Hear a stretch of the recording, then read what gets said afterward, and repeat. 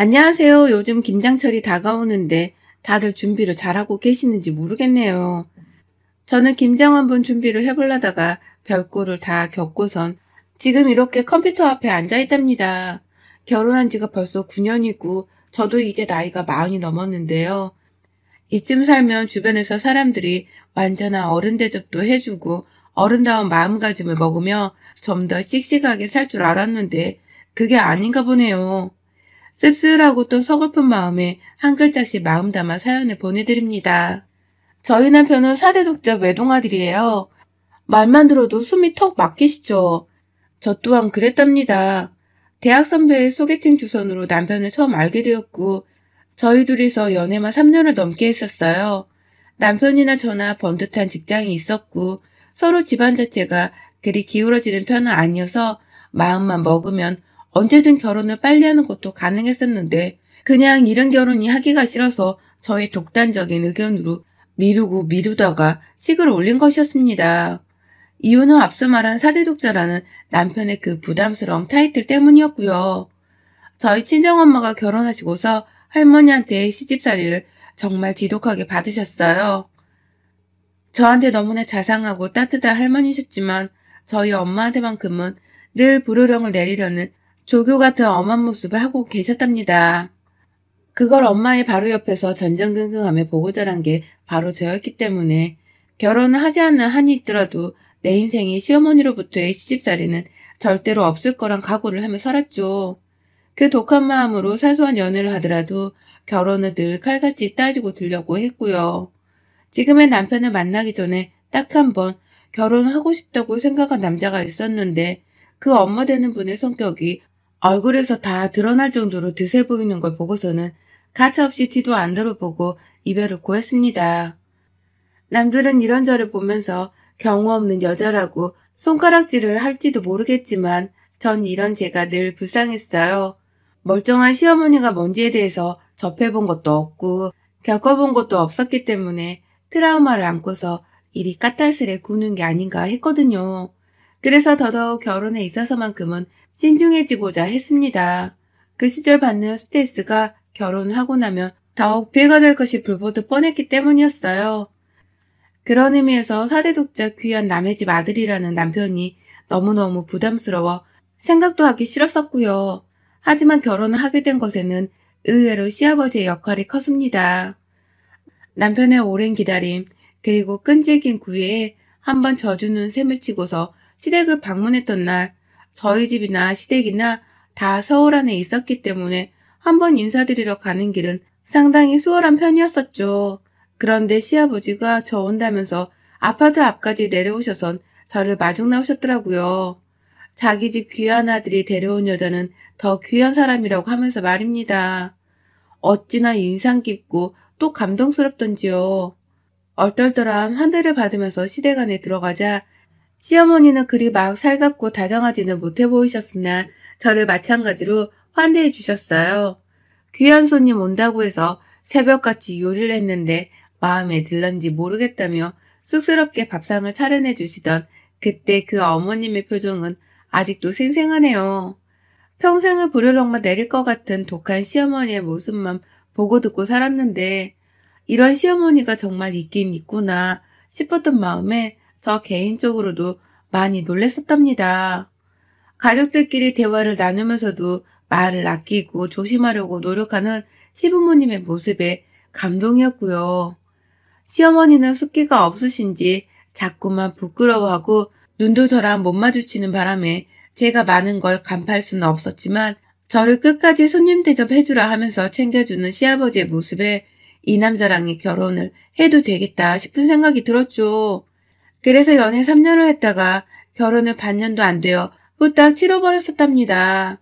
소박하게 소수의 인원들만을 모아놓고서 시댁에서 믿는 종교라는 기독교 예식에 따라 교회에서 식을 올렸고요.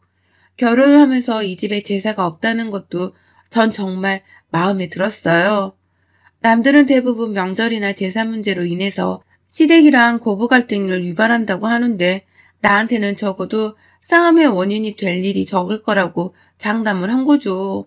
시어머니도 우리 집엔 제사가 없어서 며느리는 그냥 명절에 쉬기만 하면 돼.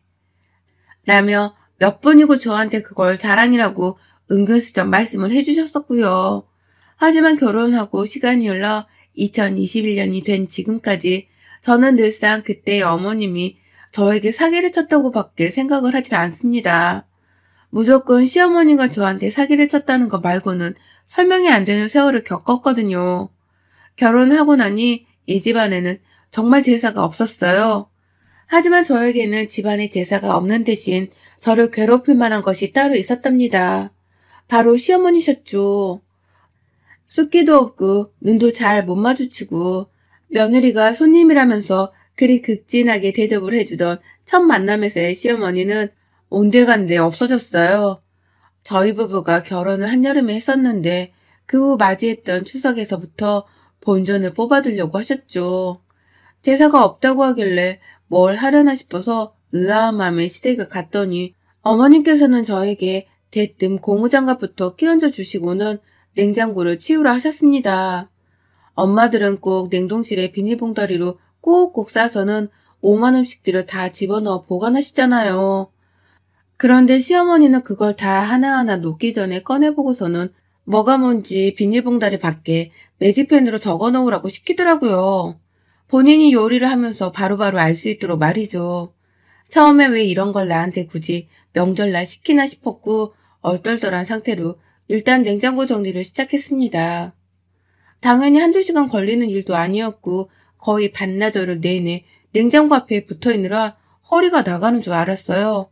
그런데 그 와중에 남편이 저를 도와주겠다고 근처에 오기만 하면 넌 좀 이리 와봐. 엄마가 할 말이 있어. 라고 하면서 불러내셨고 급기야 시아버지랑 남편한테 밖에 가서 장을 봐오라며 괜한 심부름을 시켜선 집 밖으로 내보내기까지 하셨어요. 그때 저는 눈치로 딱 알아차렸죠. 지금 어머님이 나한테 하는 짓이 바로 내가 극도로 경계하고 또 저주했던 시집살이라는 것을 말입니다. 그리고 그날 당한 그 어처구니 없는 냉장고 청소는 매 명절마다 계속되었답니다. 1년에 설이랑 추석이 딱 2번 있잖아요. 시집을 가고 나서부터는 명절들이 제가 시댁에 가서 어머님네 냉장고, 냉동실을 통으로 정리해드리는 날이 되었고요. 딱 그것만 시키면 차라리 입 딱 다물고 청소만 열심히 했을 텐데 어머님은 오만 살림을 다 부탁하셨어요. 베란다를 거의 창고처럼 쓰시는 분이신데 갑자기 저한테 거기를 청소해달라면서 베란다 문을 직접 열어주기도 하셨고 남편이 왜 평소에 청소를 안 하고 이제 와서 명절에 며느리를 시키려 하냐면서 꾸짖어 보기라도 하려 하면 울상을 지으시고서는 꼭 열은 척을 하며 말씀하셨어요. 내가 청소 말고는 할 게 없는데 우리 며느리랑 같이 좀 해보려고 한다. 라고 말이죠. 남들은 제사 때문에 며느리랑 머리 맞대고서 요리를 하는데 자신은 그럴 수가 없으니 머리 맞대고 청소를 좀 해보며 친해지려는 건데 뭐가 잘못된 거냐면서 얼마나 불쌍하고 애처로운 척을 하시던지요. 그러니 남편은 그런 어머님의 말에 입이 쏙 들어가선 거기까지 생각을 못했어. 그럼 나도 도울게. 라고 대답을 하며 싱글벙글 청소를 도왔고요. 어머님의 입이 튀어나온 채로 더 시집살이를 시키진 못한 채 아들까지 나서서 청소를 하는 꼴을 지켜보셨어요. 그러다가 기회만 보이면 자기 아들은 청소해서 빼내보겠다면서 엄마 아이스크림 먹고 싶다. 라고 하면서 뜬금없이 추석 날씨에 찬 음식을 사오라 심부름을 시키곤 하셨습니다. 아, 제가 정말 이 집만큼은 안 당하고 살겠다면서 남자의 집안을 샅샅듯이 따져보려고 했었는데 내가 틀렸었다는 것을 시어머니를 보며 실감을 했어요. 그리고 시아버지는 이미 저와의 첫 만남에서 시어머니가 연기를 하고 있었다는 것을 다 알기라도 하는 건지 저를 보기 늘 미안하고 또 면목없어 하셨답니다. 그렇게 개고생을 쇠가 빠지게 하면서 살다 보니 저는 아이를 가지지도 못했었네요. 여러 번 유산을 해버린 바람에 30 후반이 되면서부턴 임신을 아예 포기했었고 이 일로 너무나 괴로워하는 시어머니를 보는 게 솔직히 통쾌해서 시험관이며 인공수정 시술은 절대로 받지 않으려고 했습니다.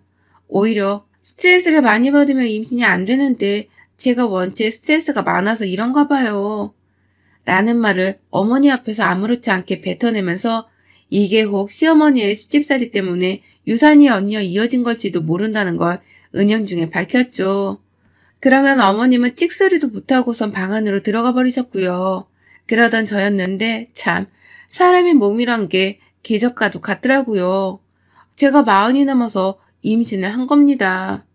당연히 집안에서는 경사가 나고 아주 난리도 아니었죠. 병원에서도 포기를 해야 할 것 같다며 진작부터 몸 건강이나 잘 챙기라 권유를 하고 있었는데 제 속에서 심장 소리가 들려오니 담당 선생님께서도 기쁨을 주체하지 못하셨어요. 혹여나 또 유산이 될까봐 사람들한테는 일부러 비밀 유지를 했고 혹여나 싶어서 배가 좀 나오기 시작하던 임신 14주부터 시부모님께 말씀을 드렸습니다. 시어머니도 대놓고 좋아하지 못하셨지만 내심 다행이다 싶으셨는지 기뻐하셨고 시아버지는 뭐 동네 잔치라도 벌이려는 분 같았어요. 하지만 이 기쁨은 또 그리 오래가지 못했습니다. 이번에 저의 몸에 문제가 있었던 게 아니라 시어머니라는 외적인 요인으로 인해서 제게 큰 불행이 찾아왔어요. 시어머니는 제가 임신을 했다는 사실을 말씀드리고 나서부터 계속해서 저를 불러내셨어요. 그게 불과 한 달 전이었는데 오랜 유산 그리고 노산으로 인해 극도로 조심해야 하는 것을 아시면서도 불구하고 절 그렇게 지독히 불러내시더라고요. 이를테면 코로나로 명절에 제대로 보지도 못했는데 너 임신했다고 설마 아예 안 보고 살려는 건 아니지? 뱃속애한테 할머니 할아버지 목소리도 자주 들려줘라. 네 시아버지도 너 보고 싶다고 노래를 부르신다. 그러니까 오늘도 우리 집에 와서 대화 좀 나누고 가. 라고 하시면서 말입니다. 그냥 시댁에 안 가고 집에서 조금이라도 쉬는 게 저한테 도움이 되는 일이었어요. 오죽했음 제가 임신한 걸 알자마자 이번엔 아이를 지키겠다면서 회사까지 휴직계를 내고서는 태교에만 전념을 했을까요? 그런데도 시어머니는 이런저런 무슨 놀고 먹는 배수 취급을 하는 것 마냥 자꾸만 시댁으로 불러내셨고요. 그렇게 가보면 시아버지는 늘 아니 몸조심을 해야 하는데 왜 또 왔어? 라고 하면서 저를 보곤 놀라곤 하셨답니다.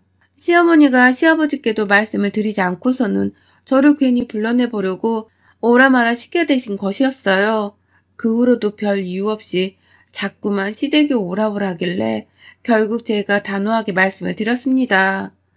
뱃속 아기를 잃을까봐 걱정되어 쉬겠다고 집에 있는 건데 자꾸만 불러내시면 저도 힘들다면서 말이죠. 조심해야 하는 시기니까 집에만 좀 있겠다고 분명하게 말씀을 드렸어요. 제가 한두 번 유산을 한 것도 아니고 나이가 40이 넘었으니 이런 말을 했으면 시어머니도 분명 알아들으셨어야 했고요. 그리고 실제로 어머님은 그래 네 마음대로 해라 라고 하면서 퉁명스럽지만 제 말에 수긍을 하셨습니다. 하지만 이미 때는 늦었더라고요. 한 달 전부터 2주 가까이를 저를 불러내시며 쪼우고 닥달하고 스트레스를 주신 바람에 제 몸 상태가 조금씩 나빠지고 있었고요. 그러는 와중에 시어머니께 이제는 안 가겠다고 단호히 말씀을 드린 건데 어머님이 이번엔 직접 저희 집을 찾아오셨더라고요. 그것도 사흘을 연속으로 말입니다. 무작정 아침에 자고 있는 이른 오전에도 찾아와서는 문 열라고 초인종을 눌렀다가 핸드폰으로 전화를 하면서 사람을 미쳐 돌아버리게 만드시더니 와서는 내내 저한테 먹을 거 좀 내와라, 물을 좀 데워서 가져와라, 밖에 나가서 과자 좀 사와라 라고 하면서 심부름을 시켜대셨어요. 제가 한시도 가만히 있을 수는 없는 지경으로까지 만드신 것이었죠. 그러고는 그 사흘째가 되던 날 저한테 급기야 김장 얘기를 꺼내시더라고요. 저도 김치 좋아합니다. 종류별로 가리지 않고 다 잘 먹을 정도로 좋아해요. 하지만 임신하고 조심해야 하는 그 시기에 김치를 만들어야 한다는 건 좀 다른 문제였습니다. 저는 그렇게까지 김장을 하면서 허리를 숙이고 몸고생을 하고 싶지 않았고요. 제 아이를 생각해서는 무조건적으로 하기가 싫었어요. 그런데 어머님은 저한테 김장을 하잔 말을 처음부터 하지도 않은 채 그냥 또 저희 집에 오셨다가 절 데리고 마트로 가셨어요. 웬일로 이번에는 같이 나랑 마트 가자 라고 하면서 자신이랑 함께 나가자고 제안을 먼저 하시더라고요. 그러니 저는 또 와서는 이번에 뭔 심부름을 시키려고 저러시나 하면서 뚱한 표정으로 마지못해 같이 나갔죠. 참고로 저는 어머님이 집에 오셨을 때부터 몸이 너무 뻐근해 쉬고 싶으니 계시다가 가시라면서 2번이나 먼저 말을 했어요. 하지만 그 말들을 다 무참히 씹어버린 바람에 어쩔 수 없이 마트에 따라 나간 겁니다. 시어머니가 교통카드 말고는 쓸 카드가 없다고 하면서 결제 문제로 저를 설득하신 바람에 저도 카드만 드리려다가 눈초리에 어쩔 수 없이 또 따라 나섰고요. 그런데 그렇게 힘겹게 마트에 도착을 하자마자 어머님이 채소 코너로 가시더라고요. 처음엔 배추를 보시길래 밀푀유나베 같은 샤브샤브라도 만들어 드시려는 건가 싶었습니다. 설마 그게 김장을 담그기 위해 사려는 것이라고는 제가 감히 상상을 못했던 거예요. 배추를 한참 보더니만 한 포기가 아니고 여러 포기를 그냥 한꺼번에 묶어져 있는 걸로 사려고 하시는 어머님의 태도에 놀라 자빠지면서 물었어요. 어머님, 이걸 다 어디다가 쓰시게요? 뭐 하시게요?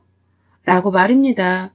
전 그때까지도 배추 포기 옆에 김장용이라고 적혀있는 편말을 보고서도 못 본 척을 했고 설마 이게 진짜로 김장을 담그려고 사는 배추일까 싶어서 계속해서 시어머니 행동을 부정했죠. 하지만 어머님의 입에서는 결국 그 말이 나왔습니다.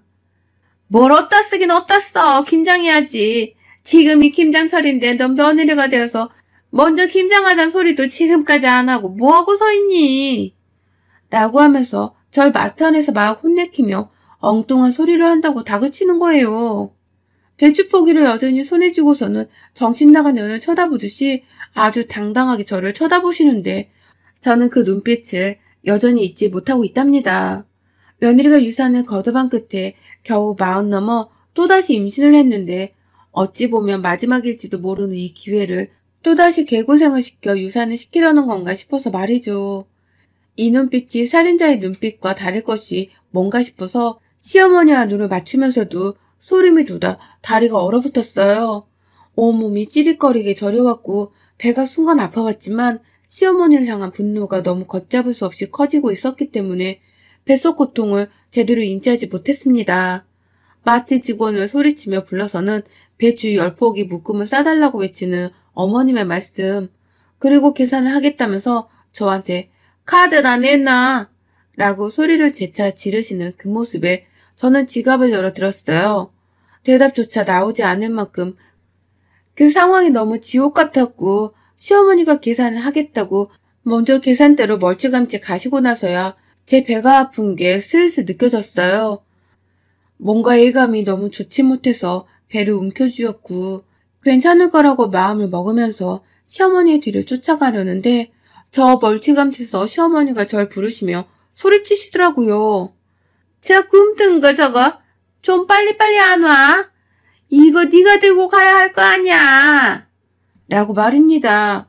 마트 안에 배달 서비스도 있는데 임산부한테 배추 포기를 들고 집으로 가란 말을 저리 당당하게 해대다니 눈물이 앞을 가리더군요. 그 순간 제 머리가 핑 돌았고 앞에서 계산하시는 아주머니가 제가 애처로웠는지 절 보면서 아이고 아줌마 우리 배달 서비스 돼요. 라고 하면서 시어머니를 설득하셨는데 그러다가 제 배가 불러나와 있는 걸 본 건지 아니 임신하셨어요? 임신하신 분이에요? 아이고 그럼 더더욱 안 되지.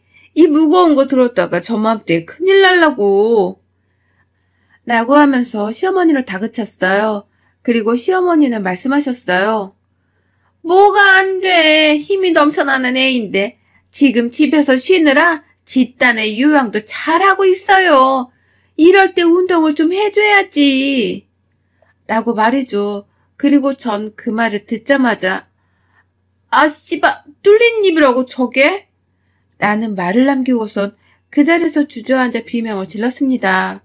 배에선 아이가 이미 잘못되어 가고 있었는지 다리 사이로 피가 흘러내리고 있었고 복통이 너무 심해서 전 도저히 서 있을 수가 없었거든요. 그 바람에 마트 안 사람들은 저랑 같이 비명을 지르면서 구급차를 불러주고 절 둘러싸 챙겨주셨어요. 이게 다 시어머니란 생각 때문에 정신이 없는 와중에도 전 시어머니로부터 눈을 떼지 못했는데 어머님은 그런 저를 챙겨주기는커녕 이러다 제가 또 유산을 하는가 보다 싶었는지 혼란스러운 눈으로 절 보고만 계시더라고요. 근처에 다가오지도 못하고 계셨고요. 그리고 전 구급차에 실려가면서 시어머니께 죽을 힘을 다해 소리쳤습니다. 네가 내 새끼를 또 죽인 거야, 이년아. 넌 내가 집으로 돌아오면 내 손으로 사지를 찢어 놓을 거야. 라고 말이죠.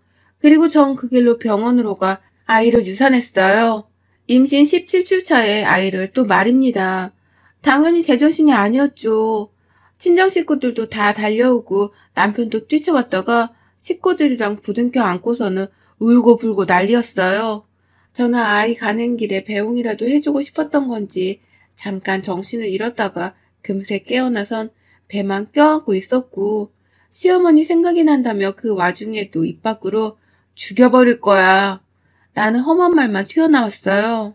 마트에 끌려간 거 그리고 가서 시어머니한테 들은 소리들을 말하면서 정신을 잃어가면서도 시어머니의 욕을 주저리 뱉어내니 옆에 있던 가족들은 우르르 들고 일어나서는 시어머니를 고소하겠다고 분노하고 난리도 아니었어요. 번갈아 가며 욕설을 날린다고 어머니께 전화를 했고요.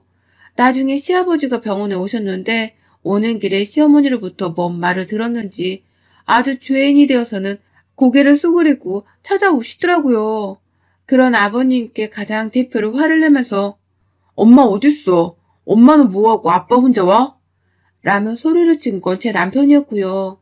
결국 시어머니는 저를 보기 무서웠는지 끝까지 병원 근처에 안 오려고 하다가 저희 친정아버지가 남편이랑 시아버지 멱살 잡고 시댁에 쳐들어가는 바람에 저희 아버지 손에 질질 끌려 병원을 찾아오셨어요. 저는 그때 응급실에서 1인실 병동으로 옮겨졌고 나머지 가족들은 한꺼번에 병문안이 허용이 안 된다고 해서 다 나가 있는 참이었는데 저희 아빠랑 남편 그리고 시아버지랑 시어머니가 세트로 들어오대요. 저희 아빠는 그 자리에서 바로 시어머니를 제가 누워있는 침대 쪽으로 밀어버리셨고요. 으윽하는 소리와 함께 침대로 넘어진 시어머니는 제 코앞에서 저랑 눈이 마주쳤다가 바로 눈을 피하셨어요. 그리고는 사과를 하려고 하시는지 입을 열려고 하는 그 순간에 제가 그만 화를 참지 못하고 시어머니의 뺨을 때려버렸습니다. 시어머니의 왼쪽 뺨따구를 본능적으로 때렸다가 시어머니의 눈을 보는 순간 또다시 치가 떨린다고 더럽고 불결하다고 그 얼굴에 침을 뱉어버렸어요. 퇴퇴하면서 그것도 여러 번이요. 사과를 해야 하는 상황에 처하자 어쩔 수 없이 사과를 하는 그 모습이 너무나 비열하고 역겨웠어요. 진심으로 사과를 해도 모자랄 판국에 우리 아버지한테 억지로 끌려와서는 잘못했다고 용서를 비는 척을 하려는 그 모습이 토 나왔죠. 침을 여러 차례 뱉으니 뒤에선 시아버지랑 남편이 쓰라린 숨소리를 내더라고요. 근데 저 그 소리를 다 무시한 채 시어머니께 말했습니다. 넌 내가 죽을 때까지 널 찢어 죽이는 상상만 하며 살 거야. 죽기 전에 내 새끼들 떠나보낸 그 죗값을 다 받고 죽을 거니까 앞으로는 정신 똑바로 차리고 살아. 이번 일은 고소를 해서 돈으로라도 우리 새끼 떠나보낸 죗값을 받을 거고 너한텐 이젠 두 번 다시 며느리는 없어. 손 주고 보고 5대 독자 이을 생각은 꿈도 꾸지 마. 라고 말이죠. 그러니 뒤에서 시아버지는 곡소리를 내면서 저 옆였네. 내가 언제 한번 사고 또 칠 줄 알았다. 아이고 내 잘못이다. 내가 결혼을 잘못해가지고는 말년에 이리 복도 없다 며느라. 내 잘못이야. 라고 통곡을 하셨고요. 남편은 차마 자기 입으로 엄마를 봐달란 소리를 못하겠는지 저와 덩달아 화를 내면서 엄마 나가세요. 아빠 엄마 좀 데리고 나가세요. 당분간은 나도 꼴 보기 싫으니까 나가라고. 라고 소리를 쳤어요. 그렇게 시어머니는 울상이 되어서 뒤늦게야 울음보 좀 터뜨려 보려 하다가 시아버지와 저희 아버지 손에 이끌려 쫓겨나셨고요.